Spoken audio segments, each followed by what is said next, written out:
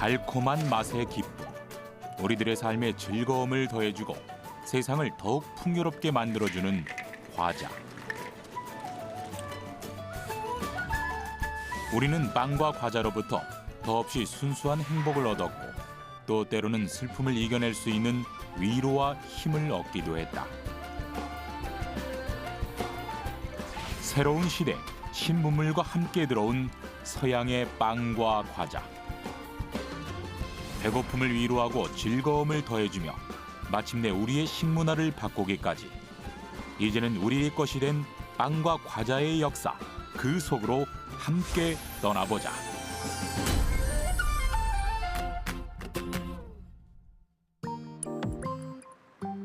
쇼핑과 문화를 즐기기 위해 많은 젊은이들이 찾아오는 부산의 한 번화가. 외지인들도 한 번쯤은 들어봤을 법한 이 유명한 거리 한복판엔 부산 사람이라면 누구나 알고 있는 오랜 역사를 가진 한 제과점이 있다. 매장 안에 먹음직스럽게 진열된 빵들. 이곳에 있는 빵들은 아마도 부산에 살고 있는 사람들은 모두 한 번쯤은 먹어봤을 법한 것들. 제가 중고등학교 학창시절 때 자주 이용하던 곳이고 지금도 자주 이용하고 있습니다. 지금까지도 사라다빵이나 밤시빵 같은 건 맛이 안 변하거든요. 저희들의 추억을 일깨워주는 그런 장소인 것 같아요. 이 제과점이 문을 연 것은 1983년. 당시 빵의 종류가 많지 않았던 부산에 다양한 빵들을 선보였고 이제는 대표적인 향토 제과점으로 자리 잡았다.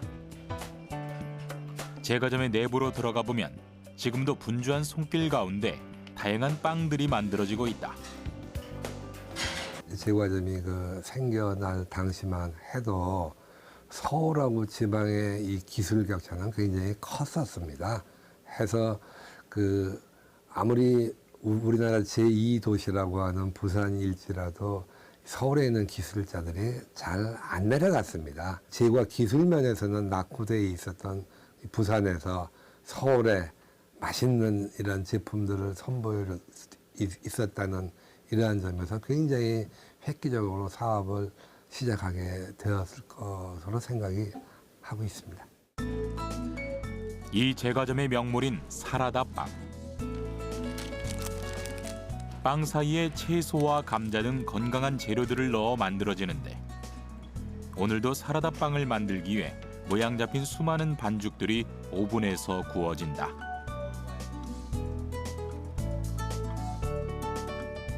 사라다빵에 있어서 가장 중요한 것은 채소. 감자와 당근 등 신선한 채소를 삶고 알맞게 익힌 감자를 체에서 으깨준다.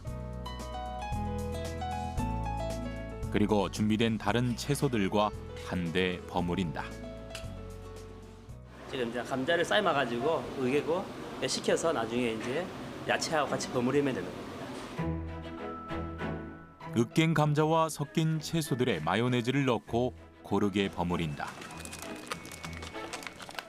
그리고 이것을 빵 안에 넣고 마지막으로 케찹을 뿌려주면 달콤하고 부드러운 부산의 명물 사라다빵이 완성된다.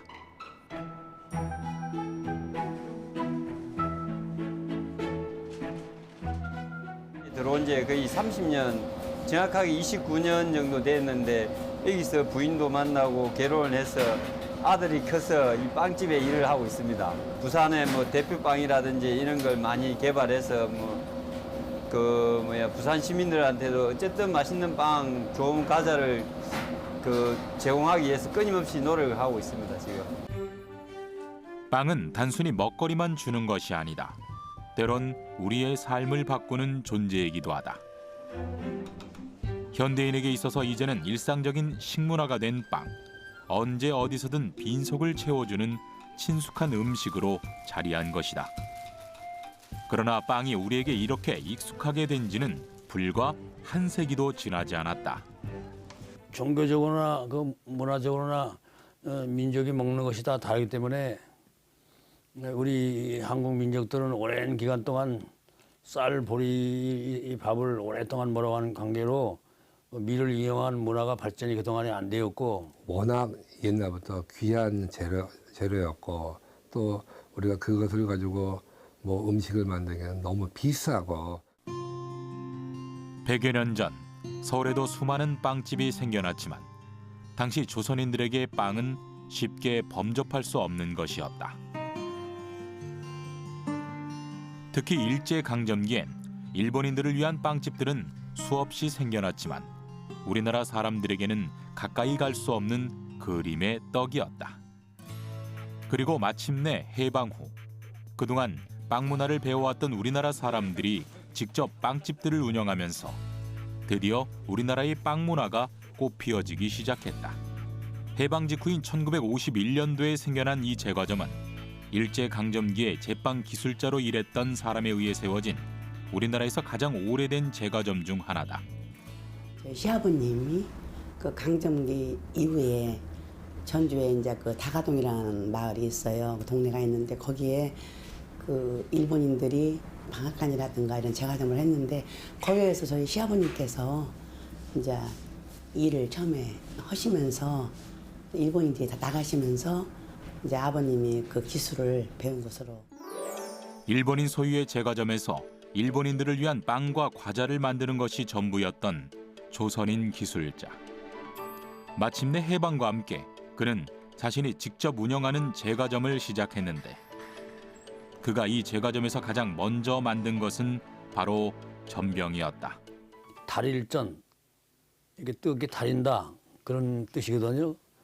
그런 의미에서 전병이라 불렀는데 중국에서 최초에 나온 거는 기름에 튀겨서 건져가지고 한 것이고 그것이 일본 건너가서 이제 병행이 돼가지고 그냥 틀에다 넣어서 구워서 일본 제품으로 우리가 알기 쉬운데 우리 옛날에도 우리가 이 밀가루 가지고 이렇게 얇게 지지고 이랬을 때 우리는 전병이라고 하고 특히 이런 꽃 같은 것도 이렇게 좀 섞어서 반죽에 이렇게 했을 때 우리는 화전이라고 하는 이러한 옛날부터 우리나라 음식도 있었습니다. 꽃 지짐이나 꽃 붓구미로도 불리는 화전은 고려시대부터 내려온 우리나라의 전통 음식.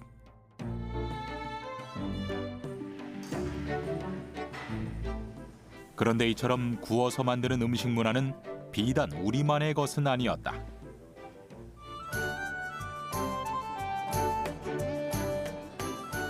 일본의 곳곳에서는 옛 문화들을 여전히 간직하고 있는 매우 다양한 전통 음식의 흔적들을 찾아볼 수 있는데 거기서도 일본 고유의 전병 문화를 만날 수가 있다.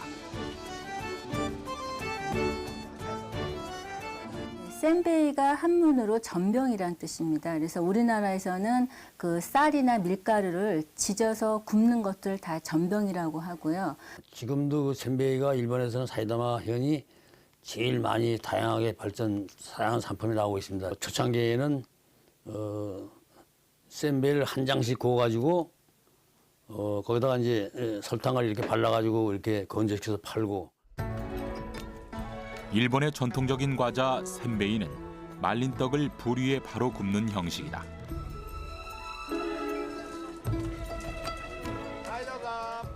그리고 구워진 떡 위에 김이나 고추냉이, 간장 등을 첨가해서 다양한 맛을 내 먹기도 한다.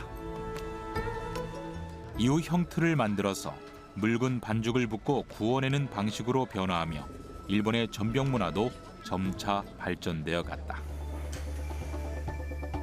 해방 이후 우리나라에서 만들어진 전병들도 이처럼 형틀을 이용해서 만들기 시작했다.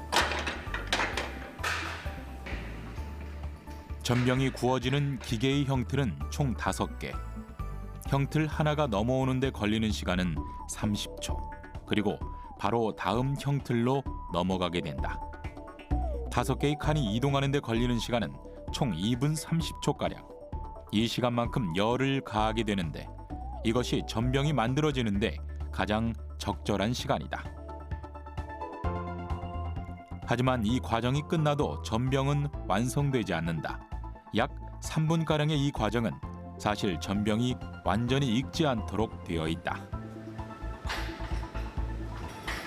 과학적으로 보면은 너무 이렇게 완전히 오븐에서 이렇게 굽게 되면은 너무 딱딱해져요. 그러니까 우리는 한 80% 정도만 이렇게 덜 구워서 이런 막대 같은 데다 이렇게 얹어 놓으면 자연적으로 이렇게 휩니다. 형틀로 굽는 과정에서 반죽을 완전히 굳히게 되면 단순하게 평평한 모양을 한 전병이 만들어진다. 완전히 구워진 전병은 얇고 바삭하기 때문에 외부에서 힘을 가하면 쉽게 부서지고 만다. 납작하고 평평한 전병만을 만들 수 있는 것이다. 하지만 덜 익히게 되면 남아있는 수분에 의해 반죽의 유연성을 잠시 동안 유지할 수 있게 되는데, 이때 전병을 원통 도구에 올려놓으면 전병의 무게에 의해 자연스럽게 곡선을 만들며 남아있는 열에 의해 완전히 굳는다. 이렇게 완성된 전병은 모양도 예쁠 뿐만 아니라 집어먹기에도 간편하다. 이렇게 해방이 우리의 손으로 만들어지면서 우리나라 사람들도 먹을 수 있게 된 전병. 하지만 당시의 빵 과자들에는 아직까지 일제강점기의 흔적이 많이 남아 있었다. 일제 강점기 당시에 그 일본인들이 우리나라 와서 이제 제과점이나 과자점을 운영할 때 저희 나라 이제 저희 할아버지 같은 분들이 이제 기술을 전수 받아가지고 여기서 제과점을 시작했던 그런 게 이제 저희 제과점들의 이제 시초가 됐는데, 지리적으로 뭐 우리나라하고 굉장히 가까이 있는 게 일본이 되니까 그러다 보니까 자연스럽게 일본에서부터 이렇게 좀 빵 과자 문화가 유입되지 않았을까 이렇게 생각은 하고 있습니다. 때문에 일본의 전통 과자들을 보게 되면 우리와 흡사하거나 유사한 것들이 흔히 발견된다.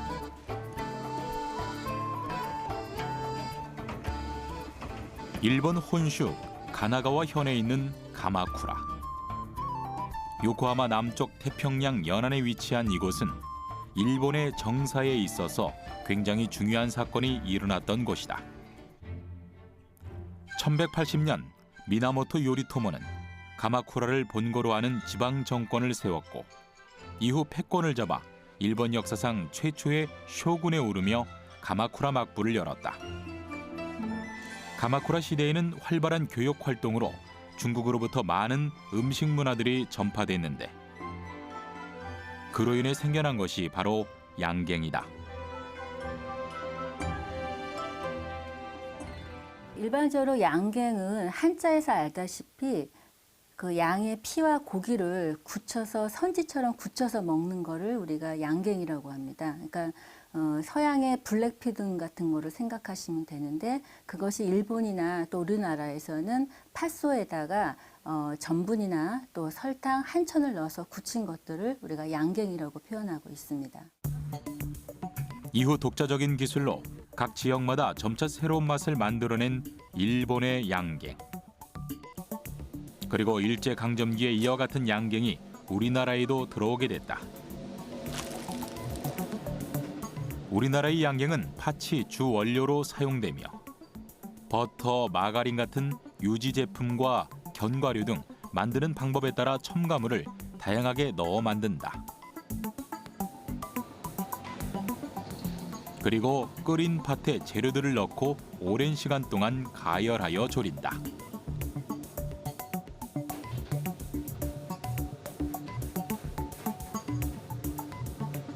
한천하고 설탕, 물엿, 앙금통을 넣고 이제 가열을 하고, 이제 어느 정도 농도가 저희가 원하는 농도가 됐을 때 이제 가열 작업을 끝냅니다. 조금씩 차이는 있기는 하는데 저희가 생산하고 있는 평균적인 시간은 5시간 내외로 걸리고 있습니다. 이처럼 배합한 재료들을 끓인 후에는 준비된 틀에 부어 넣게 된다.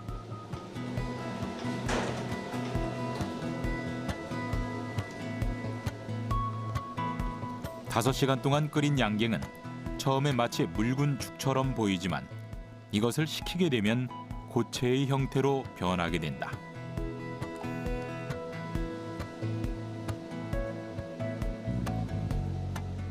양갱을 굳히기 위해서는 보다 낮은 온도로 식혀주는 것이 좋다.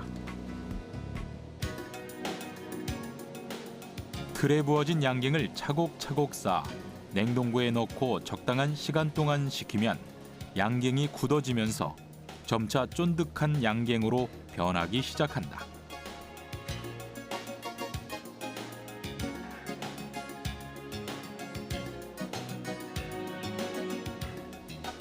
이렇게 냉동고에서 알맞게 굳으면 바로 먹기 좋은 크기로 잘라준다.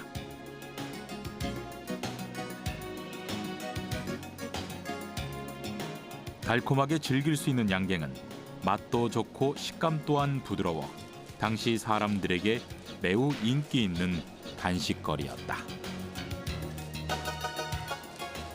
팥소 반죽에 그 전분이나 또는 한천을 가서 굳힌 거기 때문에 굉장히 부드럽습니다. 또 설탕의 단맛도 굉장히 많이 강하고요. 이 떡하고 비슷한 이런 식감에 이렇게 달달한 맛이 있으니까 아마 굉장히 우리 사람들한테 인기가 있었으리라고는 생각이 됩니다. 전병과 양갱으로 사람들에게 이름을 알리게 된 제과점.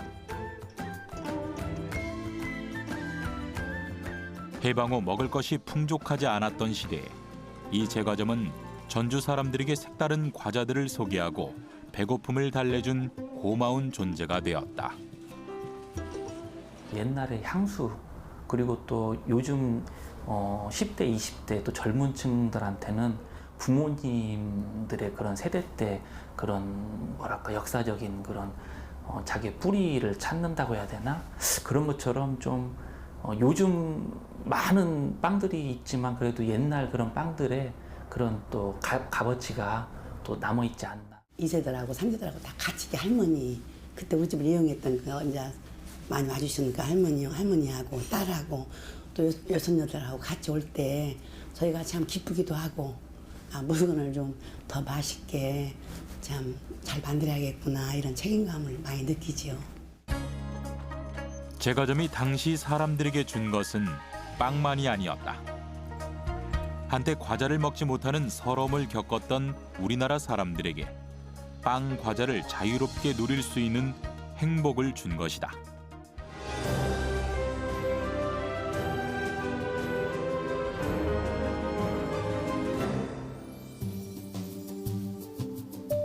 서울 장충동에 위치한 제과점. 70년이나 이곳에 자리를 지켜온 이 제과점은 나이든 이들에게는 너무도 유명한 또 젊은 사람들에게도 명소로 알려진 유서 깊은 장소다.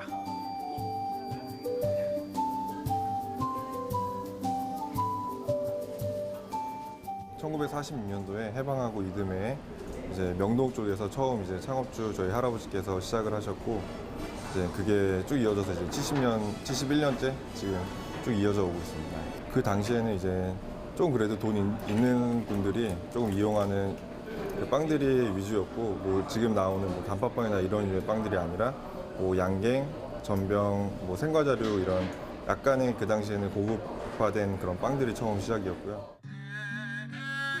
해방 후 서울은 농촌에서 수많은 인구가 유입된 데다 산업과 경제적인 기반이 제대로 갖춰지지 않아 빈곤한 사람들이 절대적으로 많았다. 따라서 이 당시엔 일제강점기에 빵이나 과자를 접하는 것조차 쉽지 않았다. 그런 시기에 만들어진 이 제과점은 자연스럽게 부유층이나 상류층이 찾는 하나의 문화로 자리 잡았다. 주로 저명한 예술가나 정치인들이 이곳을 찾아 서양의 빵 과자를 즐겼는데 이 제과점에서는 다른 제과점에서 볼 수 없는 특별한 것이 만들어졌다. 바로 아이스크림 모나카였다. 아이스크림 모나카의 틀이 되는 과자는 찹쌀을 바삭하게 구워서 만든다.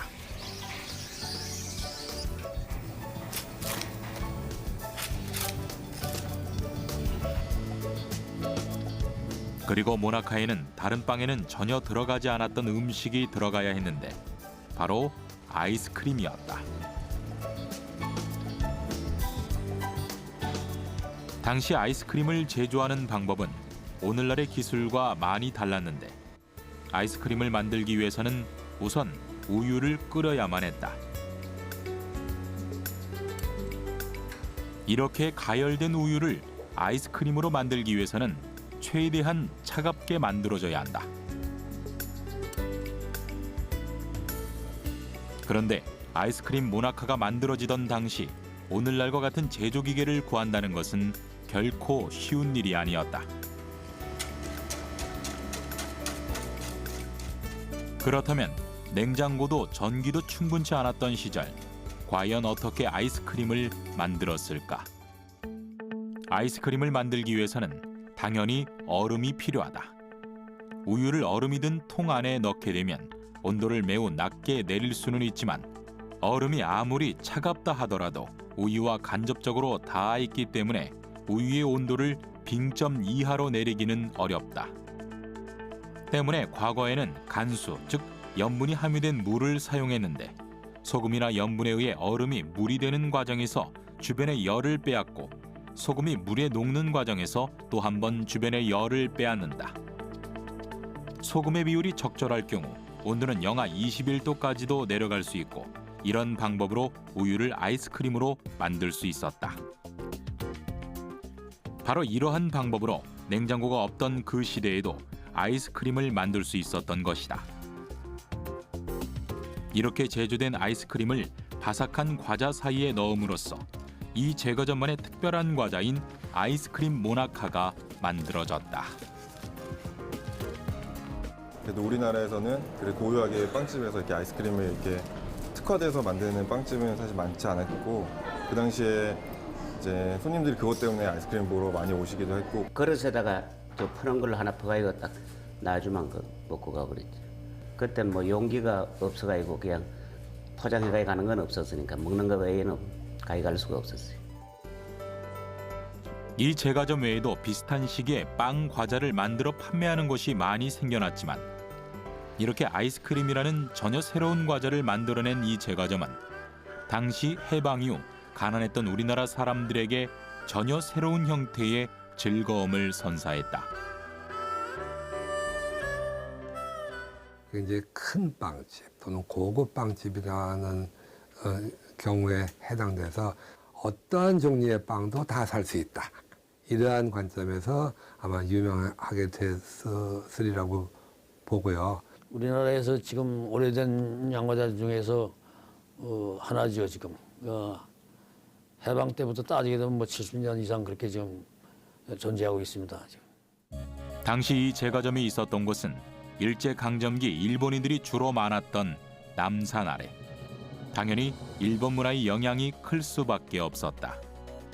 그러나 이 제과점은 일본의 빵 과자를 그대로 답습하지 않고 우리 고유의 방식으로 발전시켜 나가기 시작했다.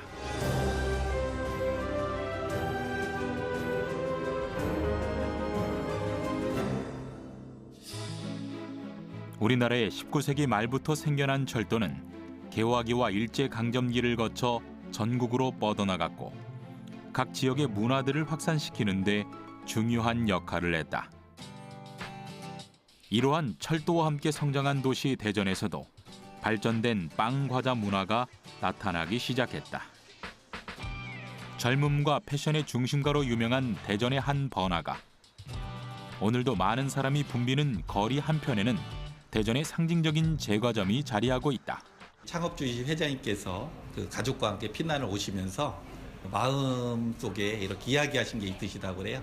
온 가족이 무사히 이렇게 피난을 가서 무사히 이렇게 안정적으로 삶을 가질 수 있으면 모든 삶을 어려운 분들과 함께 살겠다 이렇게 하셔서 그 대전역 앞에서 작은 찐빵집을 그 성당에서 신부님께서 주신 밀가루 2포대로 이렇게 만들어진 빵집입니다. 한국 전쟁과 함께 모든 것을 버리고 남쪽으로 내려온 두 사람. 이들은 천신만고 끝에 대전에 정착했고 찐빵집을 열어 장사를 시작했다.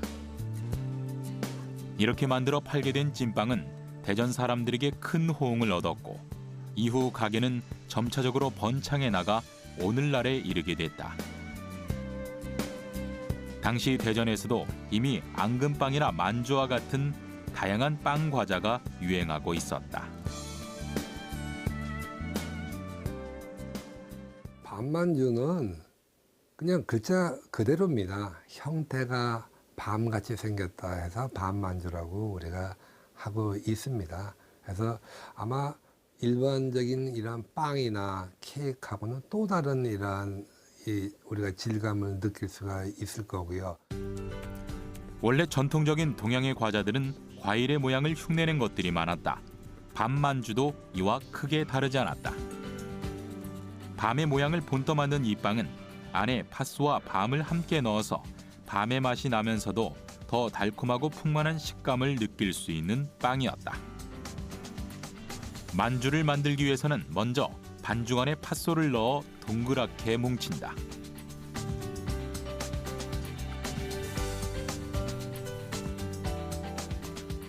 그리고 잘게 썬 밤을 준비해 하나씩 가운데에 박아 넣는다.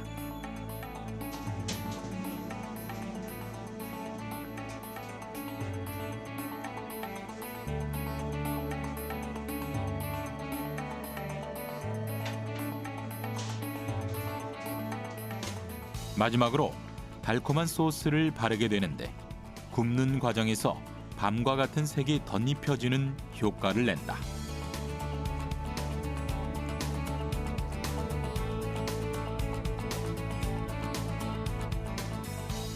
그리고 예열된 오븐에 넣고 구우면 밤만주가 완성된다.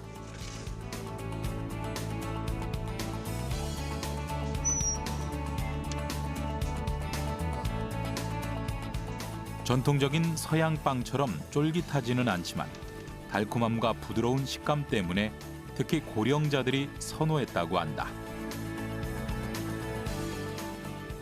70년대 이후 후반기에는 이제 쿠키나 여러 가지 과자를 하면서 그 어른들이 좋아하시는 속은 달콤하고 겉은 부드러운 만주가 만들어졌던 것 같아요. 그래서 오래된 빵집이다 보니까 그런 추억이 깃든 오래된 제품들을 많이 찾으시고 계시거든요. 퍽퍽한 그 질감을 갖고 있기 때문에 녹차나 다른 차들과 함께 먹고요. 또 선물용이나 간식으로 굉장히 유명한 제품입니다.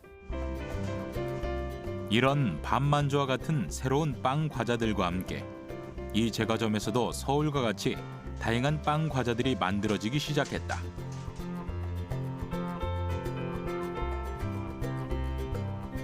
그리고 철도와 함께 성장한 도시 대전에 앞선 빵 과자 문화들을 소개함으로써 대전 시민들의 사랑을 받기 시작했다. 그리고 이 제과점에서 새로운 시도와 함께 오늘날 대전의 명물이 된 빵이 탄생하게 된다.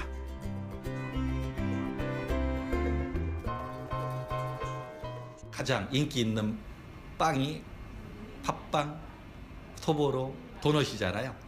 그 세 가지를 한 번에 먹을 수 있는 방법을 생각하면서 만들어졌거든요. 안에 충전물과 기름에 튀긴 소보로가 아주 바삭하고 내용물은 촉촉해서 아주 그 특별한 맛이 나가서 그것이 인기 제품 중에 하나가 돼가지고 수십 년 동안 지금까지 이어지고 있는 그 아주 유명한 제품 중에 하나죠. 튀김 소보로빵의 제조 과정은 일반적인 소보로빵과 크게 다르지 않다. 우유와 밀가루를 적정한 비율로 함께 섞고 여기에 버터와 이스트를 넣어 반죽을 시작한다.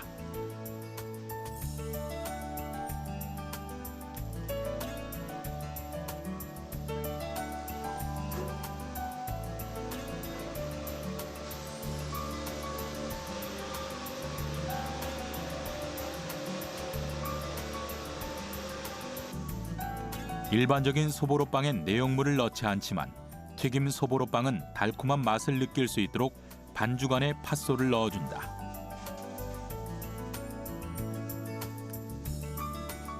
튀기는 과정에서 팥소가 터져나오지 않도록 반죽을 꼼꼼하게 오므려 모양을 잡아주고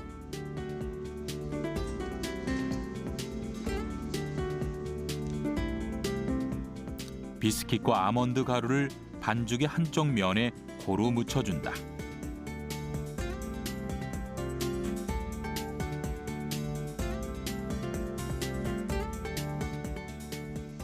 이렇게 만들어진 반죽은 숙성기에서 충분히 숙성시킨다.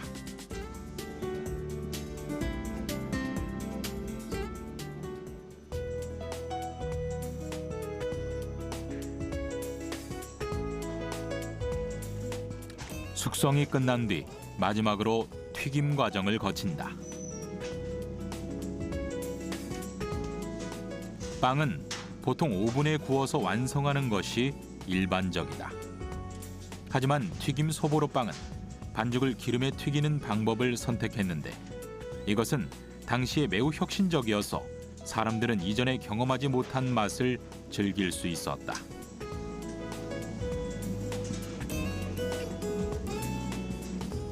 부드러운 반죽과 달콤한 팥속, 거기에 고소한 비스킷과 아몬드의 조합, 그리고 이것을 튀겨냄으로써 특별한 빵이 만들어지는 것이다.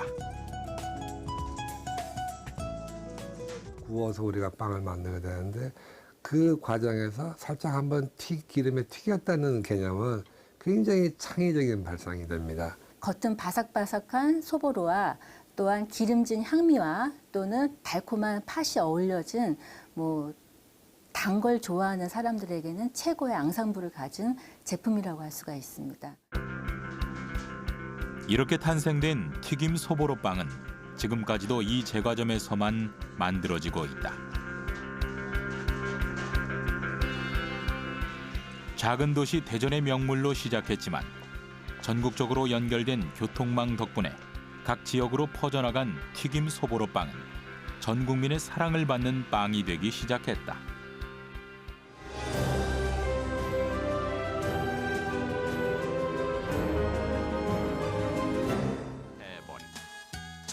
(1945년) 해방 이후에도 여전히 농업 중심의 경제 활동을 지속하고 있던 우리나라는 일제강점기 수탈로 피폐해진 경제 상황을 완전히 극복하지 못한 채 쌀 중심의 궁핍한 식문화를 이어가고 있었다.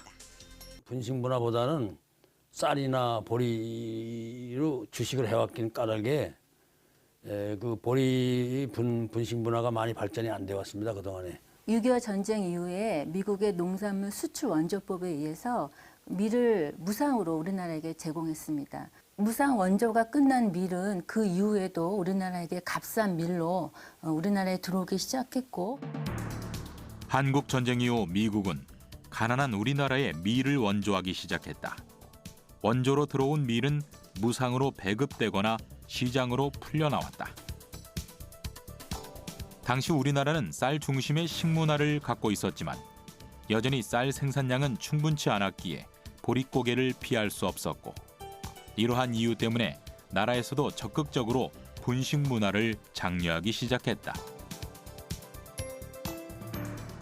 밀가루가 풍부해지니까 이것을 국수로도 만들고 이렇게 해서 이 분식 장려 이렇게도 굉장히 빵, 과자 문화에는 굉장히 영향이 컸다고 이렇게 보고 있습니다. 국내에 대량 유입된 밀가루를 이용해 쌀의 부족을 이겨나가기 위한 정부의 노력이 시작됐고 밀가루 음식을 장려하는 움직임이 이어졌다. 덕분에 밀은 국민들이 싼 가격에 이용할 수 있는 식재료가 되었고 시장에는 밀을 사용한 빵이나 면을 비롯해 비스켓, 각종 과자 같은 밀가루 식품들이 쏟아져 나오기 시작했다. 뿐만 아니라 미군 부대에서 흘러나온 달콤한 초콜릿은 또 한 번 사람들을 놀라게 하며 빵과 과자에 새로운 변화를 가져왔다. 초콜릿은 다양한 과자의 재료로 보급되면서 또 한 번 과자 문화를 진보시켰다.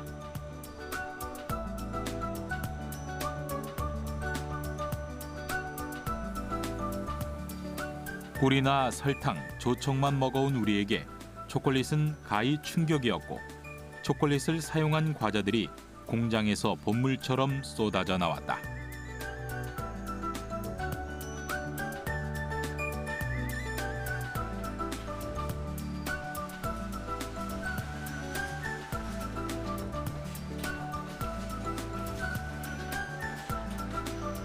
싸게 풀려나온 밀가루, 그리고 우리나라의 발을 디딘 초콜릿.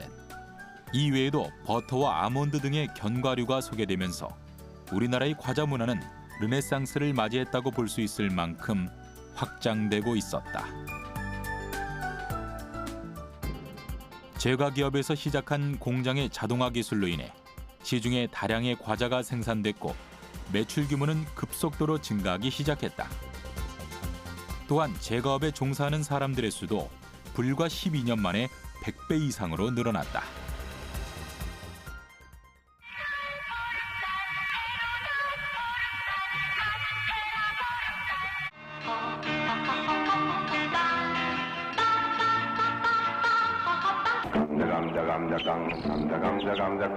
강원도 감자깡 캐러멜 박산 사세요. 캐러멜 박산.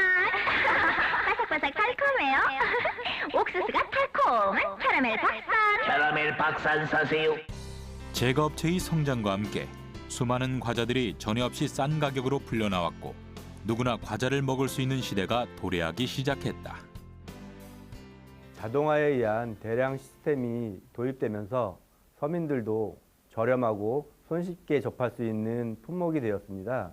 또한 어린이들에게는 즐거움과 배고픔을 덜어줄 수 있는 간식으로서의 지위를 확보하게 되었고 모임 문화를 활성화시킬 수 있는 계기가 되었습니다. 온 국민이 맛있는 빵과 과자를 즐길 수 있는 세상. 그것은 단순히 빵, 과자라는 먹거리의 혁명만이 아니었다. 사람들 누구나 행복을 추구하는 것을 넘어 여유로운 삶을 살게 됐다는 것을 의미했다.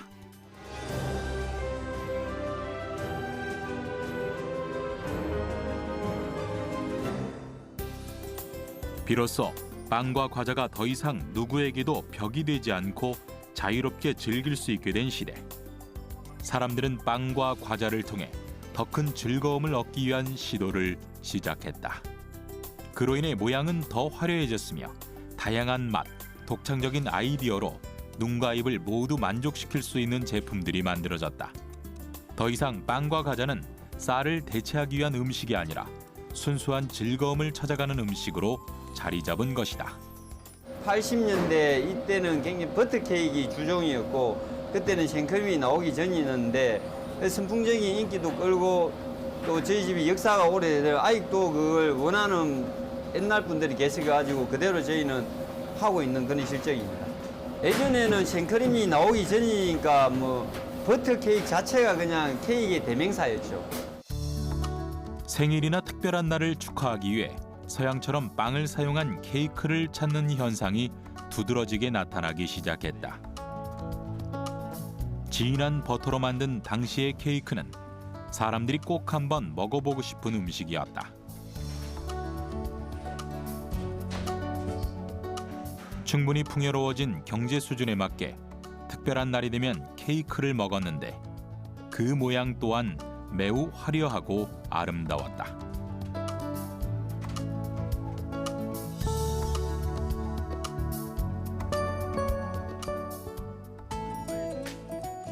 그리고 생일과 돌잔치 등 기념일엔 빠질 수 없는 음식으로 자리 잡았다.